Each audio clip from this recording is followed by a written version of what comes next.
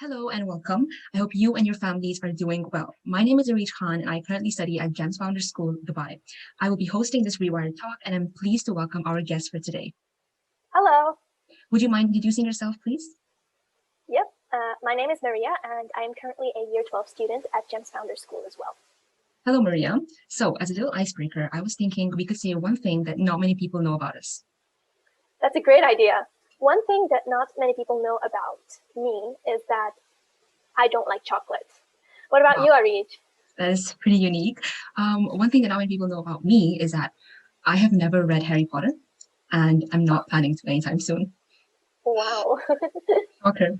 So, now that everyone knows these very shocking facts about us, today we have been given the very esteemed opportunity to express our opinions, share our ideas, and truly connect with the world at large, thanks to RewirEd Talks. So in this RewirEd Talk, we answer questions from a student's perspective and offer our insight and ideas about the future of our education to potentially inspire others.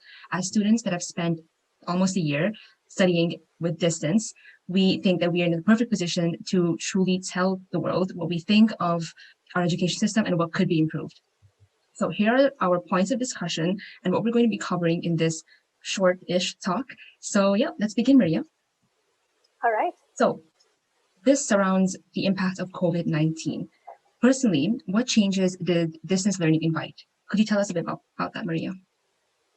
Well, I'd like to think that at the beginning of COVID-19, we hadn't really known the extent of the pandemic. We hadn't really known how long it would last. And so back then, I had a hopeful outlook in that, okay, I'll just wait this time out before the lockdown would alleviate. And so at that time, it was mostly editing my physical space, for example, upgrading the desk or getting a new laptop. It wasn't really very serious changes, I would think. But as it has progressed, definitely the impacts have become much deeper in the way I communicate, in the ways I don't communicate, how much I communicate. What about you? Personally, there was a drastic change in my mental well-being more than my physical well-being. The uncertainty and doubt that filled up my mind when I first heard of the lockdown, when exams were being canceled, when these exams were those that we spent 2 years studying for. And when we heard of them being canceled, there was so much uncertainty and fear, most of all, that filled us up. So as a student at that time, it was very nerve-wracking. And this invited so much change in terms of how I dealt with these situations overall, situations which did also bring fear and also uncertainty. So those are the drastic changes that distance learning invited for me. And as Maria mentioned, there were a lot of physical changes as well. And yes, getting a new desk was also one of them, really upgrading our technology because that was what we really depended on during that time. So a lot of those little physical changes over the course of, sitting on a chair for the rest of the year, it was bound to come for me at least. So our next question is, what did this impact teach you as a student? Maria, do you want to tell us about that? Yes. So because of the impact of COVID, it has taught me to rely on myself for motivation. As Areej mentioned earlier, with the uncertainty of exams, I was really quite lost in that sense. And because we were limited to staying at home, and most of what I was doing was school. And when the structure of school was jeopardized and I didn't know what I was doing, definitely I felt lost. And because of that, I had to teach myself to motivate myself to persist and focus and keep going in that sense. And COVID-19 is still teaching me how to limit procrastination, especially when you're on your device and it's quite easy to log off and procrastinate. True that. That is very true indeed. So, and something that COVID-19 has taught me is resilience, I'd say. As Maria mentioned, there was a lot of independent learning involved when that school system was jeopardized. And I think it's revealed a lot of sort of loopholes within the system where, we weren't getting the education we would get if we were in school in front of our teachers. So not getting that in a time where we knew exams were coming, even though these were canceled, we would still have these exams. So we kept thinking in that perspective. And then the fear that, we weren't ready enough for the years to come or that we weren't being prepared. It was just because you kept thinking about the future. And I think that uncertainty about the future impacts the present. So this taught me that sometimes you really have to, as cliche as it sounds, you really have to live in the present, because even though you've been constantly reminded of your future exams, of future, either it's a presentation or any small little thing, you need to understand that anything can happen, whether it's good or bad. And I think it's very evident in the situation now with COVID-19. So linking to that, in terms of physical and emotional well-being, how did this impact change you and your behaviors, not only as a student but also as just an individual?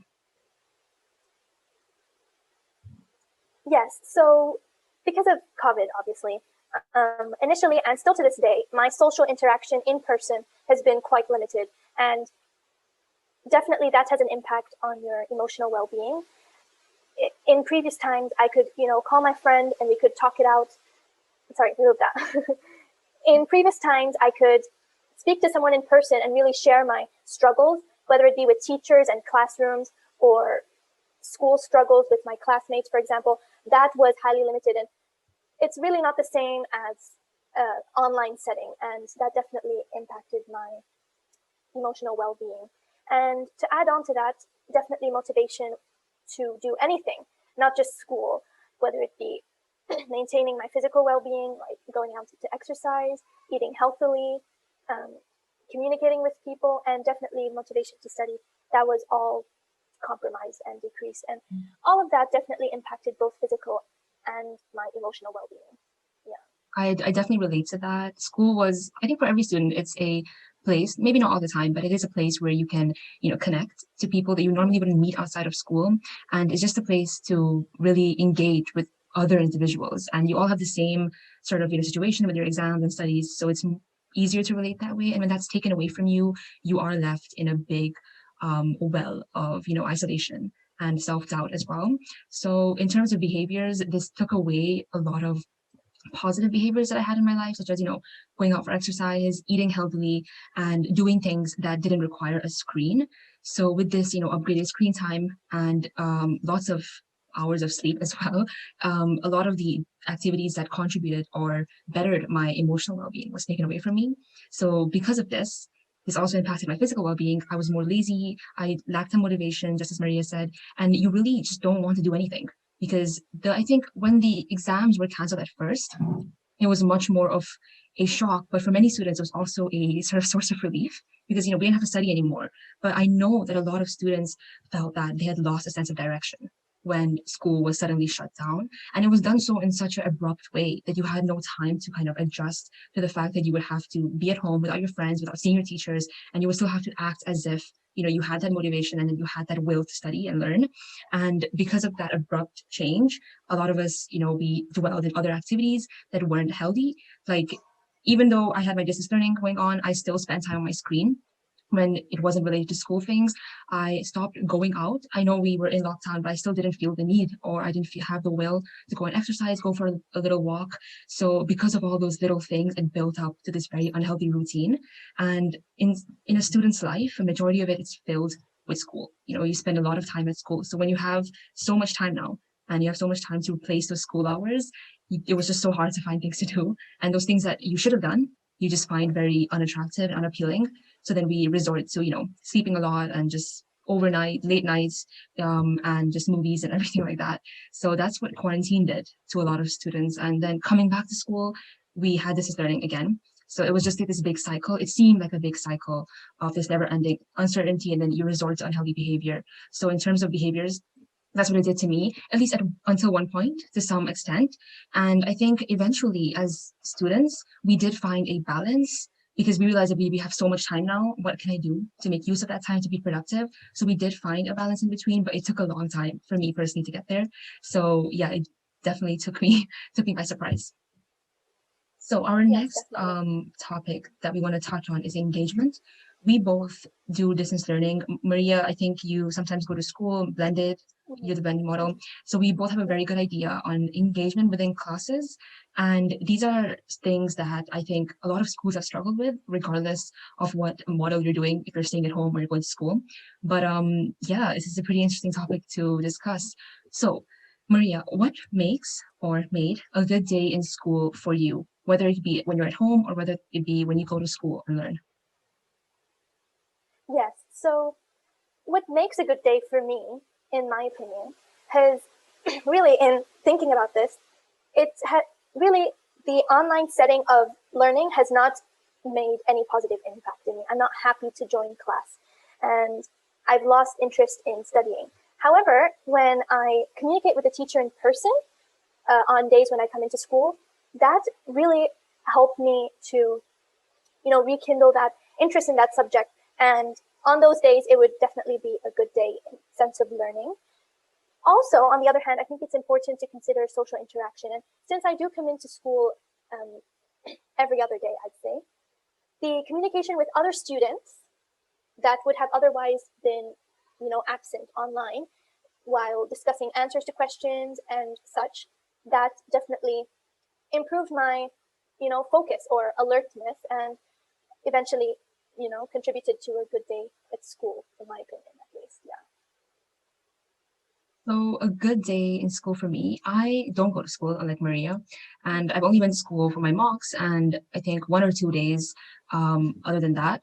So for me, a good day in school is pretty different. But however, I think in terms of learning, I agree that that interest was lost, and it was lost the instant lockdown was announced, for me at least. And that definitely made school seem just like a chore rather than you attending your classes and you actually learning or willing or being willing to learn that content. And a good day for me in that sense would have been active discussion in classes. So as Maria mentioned, really talking to your teachers, whether it be in school or online, getting to talk to them, getting to talk to other students, whether it be in breakout rooms or in class, they really did make your day better, because just being there, being in a conversation, being in a position where you were aware that there was a group of students with you, there was a teacher present, and there was really someone to be educated with and also be educated by, that really impacted how the course of the day went. So if I started with a lesson that was super interesting and I got to talk to my classmates, whether it be again in a breakout room, and when even though we didn't have our cameras on most of the time, it was just so good to, hear people just be in a little room where you could talk about that subject, even though, learning is boring or whatever. It's just so nice to be finally back to normal, where you could actually talk to those friends that you haven't met in a year or so. So whenever I had that active discussion in classes, I felt so much closer to my school as a whole, and that yes, I'm a student. It was felt as if it was finalized at that moment. So yeah, it definitely was a good day in school for me and in school for me.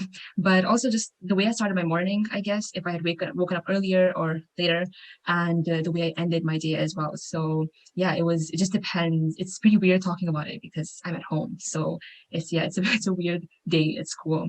But yeah, it was pretty difficult, I think, to be productive overall when you're at home, especially when you're home for such a long period of time. But you have to make do with what you have, and also keep in mind that you are here to learn, whether it's in a computer or whether you're talking to a teacher in school.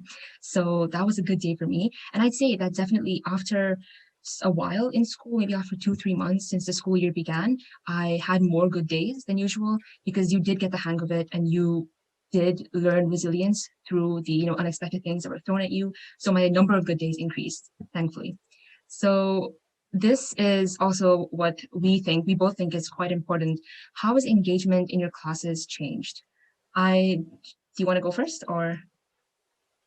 Well, I think I don't really have much to say. I guess theoretically, people do join the classes and they are attending in that sense, but are they actually taking in the information, myself included? That's debatable. And Agreed. I think, yeah, it's definitely a place of, like, it's an argument that you can actually have, and it's debatable because a teacher, is there anything to say about this? You never really know if anyone's engaging because you can't see them. That's right. And also in normal classes, I'd say in traditional learning classes, you don't really know whether a student is actually listening to you or daydreaming, but here it's more obvious. So it's less obvious. It's less obvious that they're listening or not, because a lot of people that I personally know sometimes just join and then leave as in leave their room and join the class. But yes, and I think that's where the active discussion comes in. When you're actively discussing with your students, then you know that people are listening. And in some of our classes, our teachers constantly ask us questions, or they plan their lessons in such a way where you have to engage. And if you don't engage, they notice, they see that you're not engaging. So I think teachers have found very clever ways to understand how much we're engaging and with what exactly are we engaging. So yeah, but it's definitely changed, I'd say, definitely. And even in terms of how lessons are planned, And I think tying into the next question, what has this change taught us? First of all, it's taught us to be very cunning because we've found ways to, engage without engaging. Yeah. But then again, you're really at home for such a long time, so you might Mm. end up doing that once or twice. Yeah. As students, we can be honest here, but this has Yeah. definitely taught us that the importance of planning lessons and having lessons in such a well-structured manner where it keeps the student interested. Because as Maria and I Mm. have talked about, we have definitely lost interest Mm. during this distance learning period. So planning the lessons in such a way where this doesn't happen, where you don't just join the class for the sake of it, where you join to actually learn and take in the information that you're being taught. Planning lessons in such a way is so important. And I think when it isn't planned probably, as students, we do notice that and we do Mm. get bored. And that's the worst thing Yes. that can happen when you're at home with so many things to do Yeah. around you. So, when it started, it's not as if everyone had a little first aid bag with everything you can do to make your online lessons fun.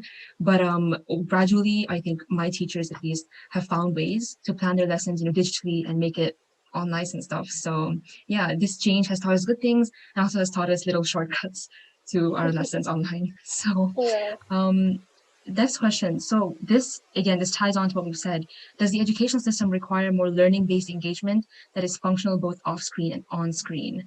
I think this is pretty important in terms of the amount of screen time we've gotten Mm. individually. Maria, how many hours of screen time do you think you've received on average on a daily basis? Well, considering learning time, that is, I'd say around 5, 6 hours. Mm-hmm. But entertainment and leisure time has been almost equal amounts, definitely. So it's definitely over 10 hours. And I don't Yeah. think it's completely based on our year group and what year we're in. A lot Mm. of younger children have also been doing this because it's Yeah. just so much easier now. You're just literally there in that position. So you don't feel like Yes. leaving that position. You just do something else.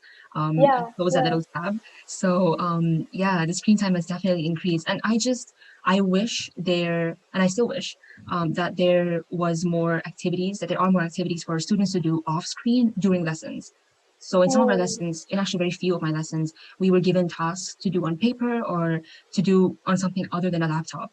And then maybe show that task to our teachers or submit it as an assignment. But it wasn't really an on-screen activity, which just impacts the lesson so much because you don't actually feel that it's an online thing. You feel like maybe you're in class or you're at a desk and you're doing your work. So they're pretty difficult to achieve in some lessons. But in others, I think it requires a bit more effort from the teacher side. So yes, I would say the education system does require more learning-based engagement that is functional both ways. Would you agree, Maria? Yes, definitely. I think you touched on all the points. Okay, Yeah. that's great. So this ties into what we sort of the solutions that we have to suggest based on all the Mm. complaining you've done. So what makes you most optimistic about the future of education and why? Well, in through this experience, I have trust that we'll be equipped to handle any disaster at this point um, for our education. Definitely for the older grades. I don't know. I can't talk for the younger grades. But yes, I can trust that we'll be ready to do anything like that. And in thinking about this, I think this experience, taught me to, I guess, to prepare myself for independent learning and how to rely on myself to explore and put that, I guess, responsibility on myself to, get this work done. And yeah. Yeah, 100%. I would definitely say you stole my answer because it does make you really optimistic to see what we as, an education system and also a school have learned from this entire experience. And we don't know how long this will go on for. So just it makes me hopeful that even no matter when it is, at the end of it, we have learned something so valuable. And then it's also really important that we stay practicing that and we don't just forget about the entire experience just because it's ended, but we learn Yeah. these key lessons about student well-being, student physical well-being, and also just the importance of social interaction within schools, and then preparing for hopefully no more unfortunate disasters. But if there was Yeah. ever to be one, we're not stuck in that Yeah. same hole of uncertainty. Yes. We're in a good place, both mentally and physically. And as a school, we feel more connected to the world and to ourselves. So Yes. that makes me really optimistic to see that change, just take action. So, Yeah. what are some advantages of online learning other than eating while you're in class? Um, You go Just first. name, yeah, just name like 2 or 3. Well, online learning has taught me to, well, advantages of online learning is that definitely we can learn from anywhere in the world as long as we have that internet connection. And it allows education to be accessed to people who probably wouldn't have had access to that. Maybe those who, have a health issue or anything like that, really, or cannot commute to school, or something like that. And arguably, it has created more online resources that are more affordable to people to learn in their own time. I mean, most of the websites that I have been introduced to because of online learning are free of charge, and I think those new resources, because of COVID, means that education can be a little bit more accessible to people who have that technology, but maybe do not have the resources to access it. Yeah.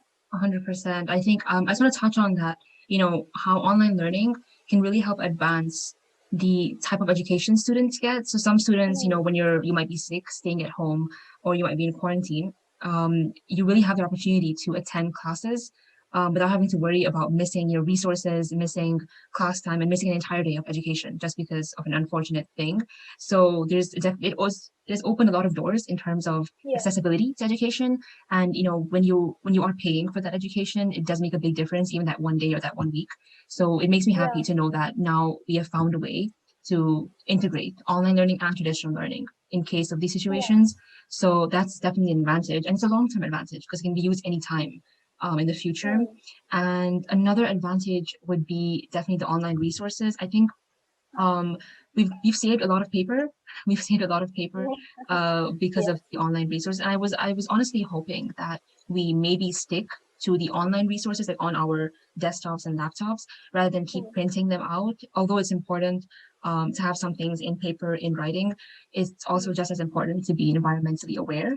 So if there is necessity, sure, we can print out a few, but if there isn't, then we really shouldn't be doing that. So this is it definitely made everyone really, really aware of how much paper we do actually use on a daily basis. So that's another advantage of online learning. And I think one last advantage would be just the awareness we've gotten of how important interaction is in education. So yeah, there were a lot of, as I said before, there are a lot of holes in the system, which we only realized once we shifted to online learning. And we realized how inaccessible some things were, both on screen and off screen. So, for example, practicals in our science lessons, there's really no other way to do them other than in class. And maybe this has introduced this awareness that maybe we should be finding ways to do them online as well and not just in school. And this may take away some of that fun when you're in school, but it's just as important to keep them in a place where it's easily accessible. And you're right, exactly. That's Maria also touched on the online resources thing and how we found so many more ways to learn for a cheaper cost and some mostly free. So that is the advantage. There are much more, but they're not very productive advantages. So should online learning be a choice for students post-COVID? What do you think? Well, that is a very important question. I'll provide my insight as a student. I mean, there are many other opinions to consider. But in my opinion, I guess it should be provided as an option to those who, I guess, cannot attend in person. But I think we have to reconsider how this online learning is done. Really, because in my opinion, the classes that we're doing on whatever platform we're using, it's simply not as engaging as in person. And definitely for younger students, I mean, their focus is gone, I think. And maybe it should continue to be an option, I guess, where the classes are recorded. However, I think it's arguably more important to return to that in-person learning, whether it means communicating with students beside you, I mean, discussing questions, or communicating with a teacher about your questions, or Yeah, 100% agreed. I think there's a lot to consider here. And I think as a student, we might be more inclined, some students might be more inclined to say yes to that because not everyone finds it a tiresome procedure of the online learning. Some people like it, and that's fair to understand. But I think making it an easy to choose choice would mean that more students might choose to stay home and ultimately not be given the education that they deserve and not be given effective education. So if it would be a choice, it would be a strict choice, should be a strict choice, and also be a choice that is only available in certain situations where you can't come into school due to any reason, really. And even if you know, you are in someplace else, if you've traveled for emergency reasons, you can still attend classes, and that's good, but that's because only you're out of country and you really can't come into school. So yeah, just making it a choice for emergency situations rather than you know, just an everyday thing. And even I think in terms of tests and exams, I would say we should also have online exams as an option for these emergency situations, because I mean, you could label COVID-19 as an emergency for sure. And we haven't been given that chance. And if you don't go and you miss out on an important exam, then it really does affect a lot of your grade.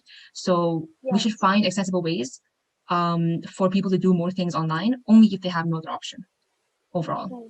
So yeah, that would just make it much better for students to feel safer in their choices and feel as if that, yes, I'm getting what I'm paying for, and I'm also getting effective education. So just because I'm sick or just because I have to go somewhere, go out of the country, does not mean that I should miss out on a week of education. So just keeps their morale also up high. And yeah, so I think our answers would be yes, but with restrictions. Yes, I agree. Yeah. So one of our other questions again is, what practices should be still continued in the future? What do you think? I'm thinking maybe some practices that we should continue are smaller groups. So in most of our lessons, we do breakout rooms. Maybe if we did that more in classes as well, it would be great. It would be great to see people and talk to them in smaller groups and discuss answers, etc. In classes. We've definitely noticed that it has boosted the morale when in such a situation. So if you were in a traditional learning situation, it would do much more good. So that's what I think. What do you think, Maria? Well, I think you mentioned this earlier, but I think that relying on our computers, I guess, for resources, whether it be revision sheets or textbooks or something, it's definitely important that we continue using our laptops for this instead of printing, you know, a worksheet or something. 100%. Arguably, even taking notes on your computer, that should continue being a form of a practice that we should do. Yeah. Encouraging less paper use overall. Yeah, because again, as we said, there are things that you should be doing on a paper because the exam will be done on a paper.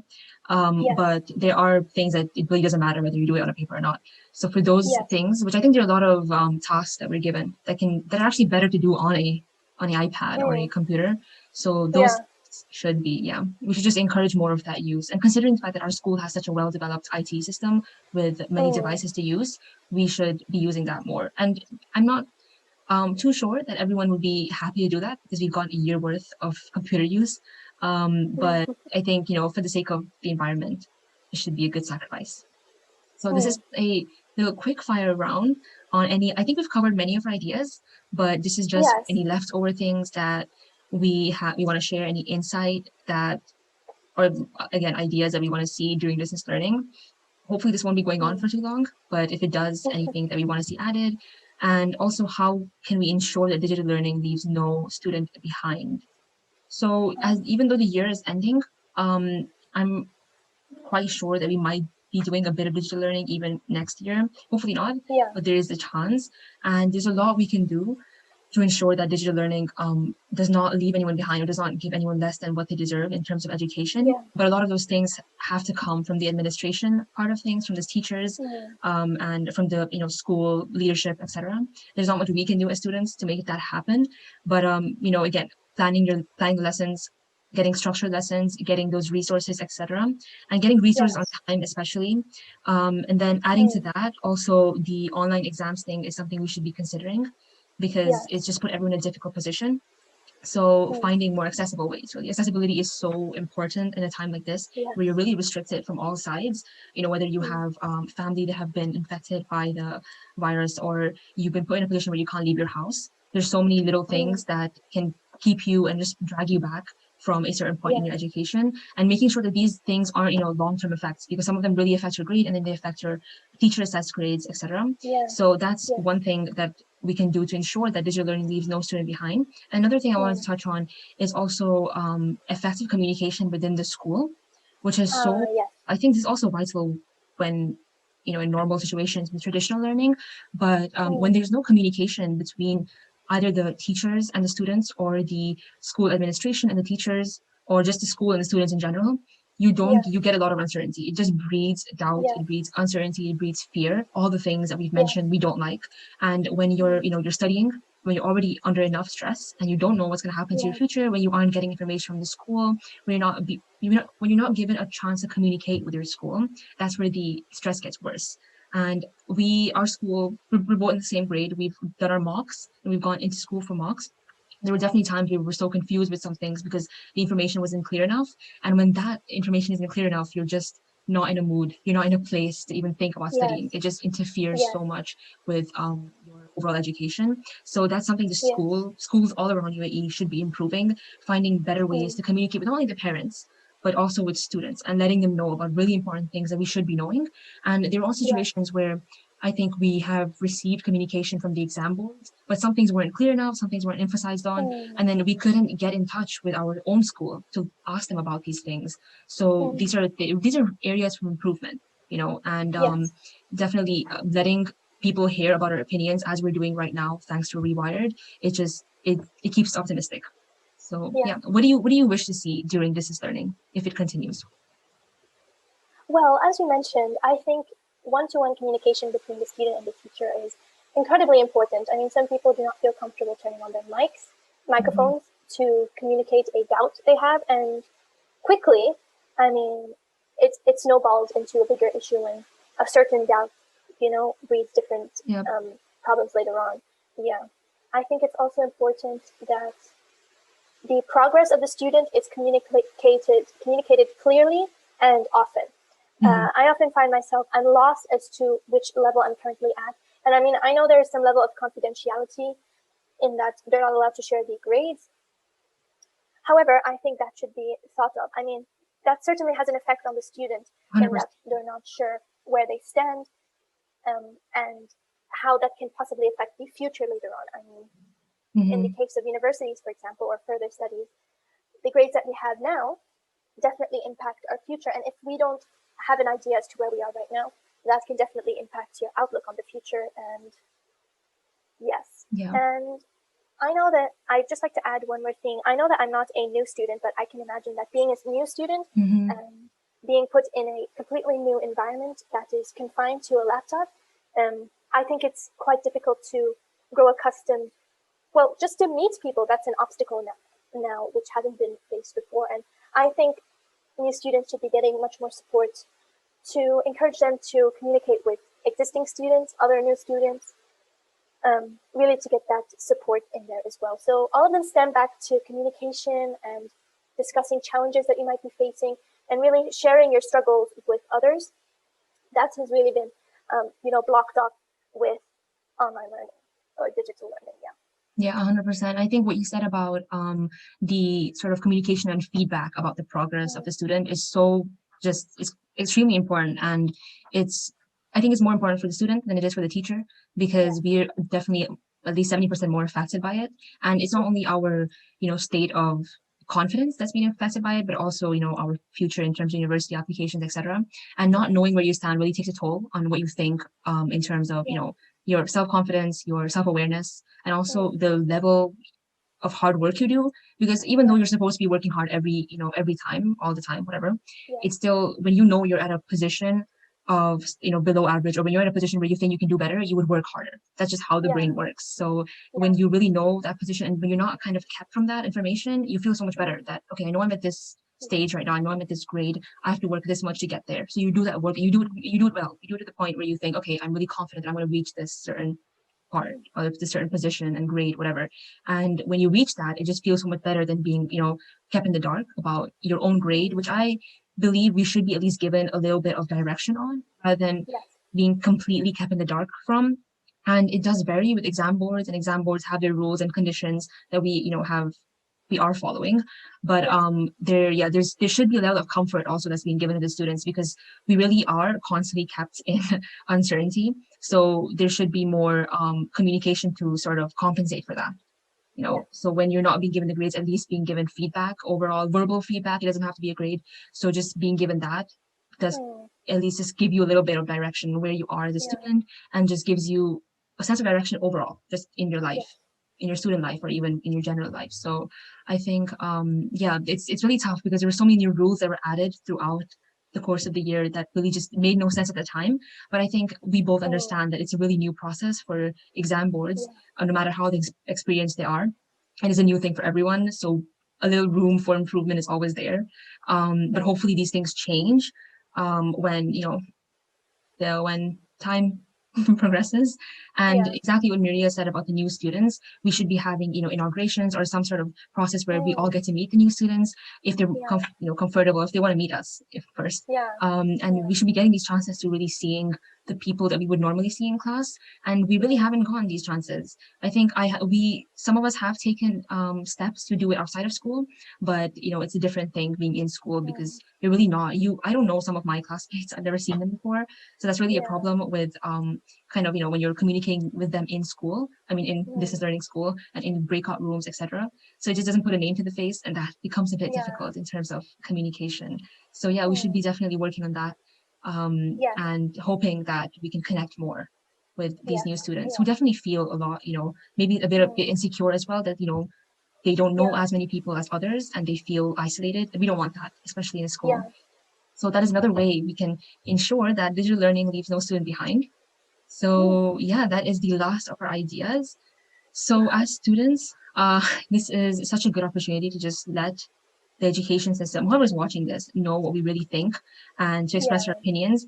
Our opinions they don't only pertain to our school. It's mostly what we've seen amongst our friends of different schools and overall the city and country.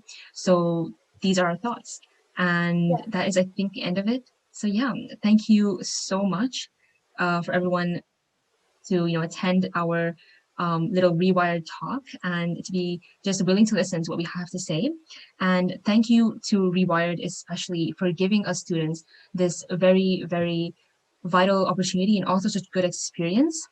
And this is also really important in terms of the world at large, because education is everyone's business and we all get to have a say in it, and we all need to have a say in it so that we can progress in a better way than before.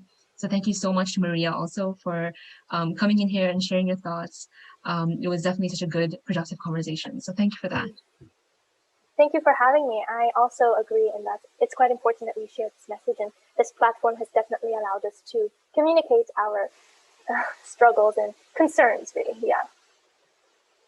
So that is the end of it. Again, a big thank you to RewirEd Talks for letting us host this, because after all, education is everyone's business. Thank you.